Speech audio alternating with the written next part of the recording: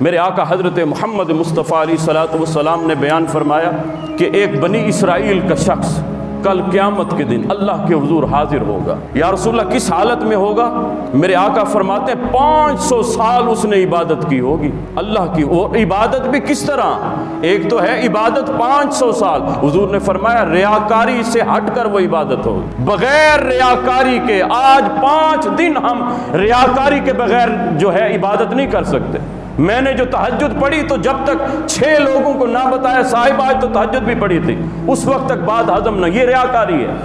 صاحب نے، چودھری صاحب نے، سیٹھ صاحب نے کوئی اللہ کی بارگاہ میں خیرات کی تو جب تک ڈنڈورا نہ پیٹا علاقے میں، جب تک اعلان نہ کروایا، جب تک جو ہے وہ میڈیا میں اس کی کوریج نہ ہوئی، اس کو بات ہضم ہی نہ ہوئی۔ یہ ریاکاری ہے صاحب، یہ ریاکاری ہے، یہ منہ پر مار دی جائے گی، اس کا کوئی اجر نہیں۔ اس کا اجر دنیا میں مل جاتا ہے، آخرت میں کوئی اجر نہیں۔ میرے آقا فرماتے ہیں کل قیامت کے دن اللہ کے حضور بنی اسرائیل کا ایک شخص آئے گا اور 500 سال اس نے عبادت کی ہوگی۔ اب ذرا اس کی عمر کا بھی اندازہ لگا لیجئے، اس کی عمر کتنی ہوگی جس نے 500 سال تو صرف عبادت کی، اور وہ بھی بغیر ریاکاری کے، خالصتاً اللہ کے لیے عبادت کی۔ میرے آقا حضرت محمد مصطفیٰ علیہ الصلوۃ والسلام فرماتے ہیں اللہ کے حضور جب وہ جائے گا تو اللہ عز و جل فرمائے گا ہاں کیا لے آیا؟ اس نے کہا مالک 500 سال کی عبادت بغیر ریاکاری کے۔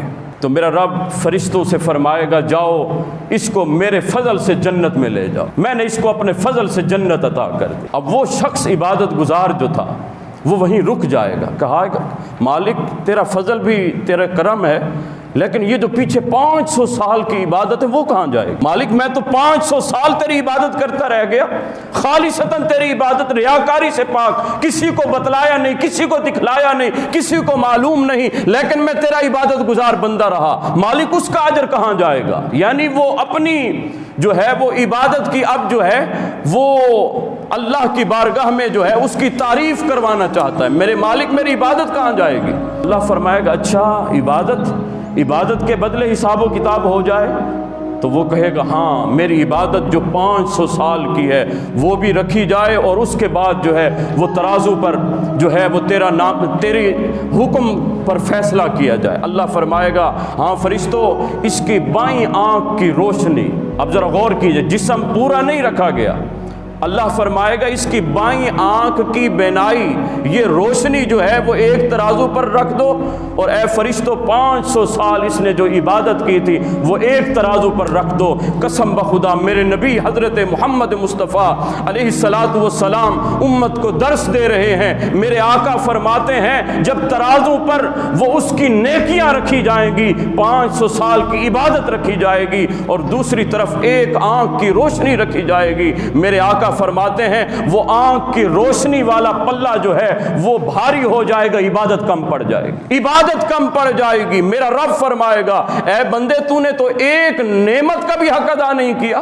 تو ذرا بتا تو صحیح نا تیری عبادت کہاں، اور ایک میری نعمت کا بھی تو نے حق ادا نہیں کیا۔ میرا رب فرمائے گا جاؤ اس کو جہنم کی طرف لے جاؤ۔ اب 500 سال کی عبادت ایک نعمت کے برابر بالکل نہیں۔ میرے آقا حضرت محمد مصطفیٰ فرماتے ہیں اس کو جہنم کی طرف دھکیلا جائے گا۔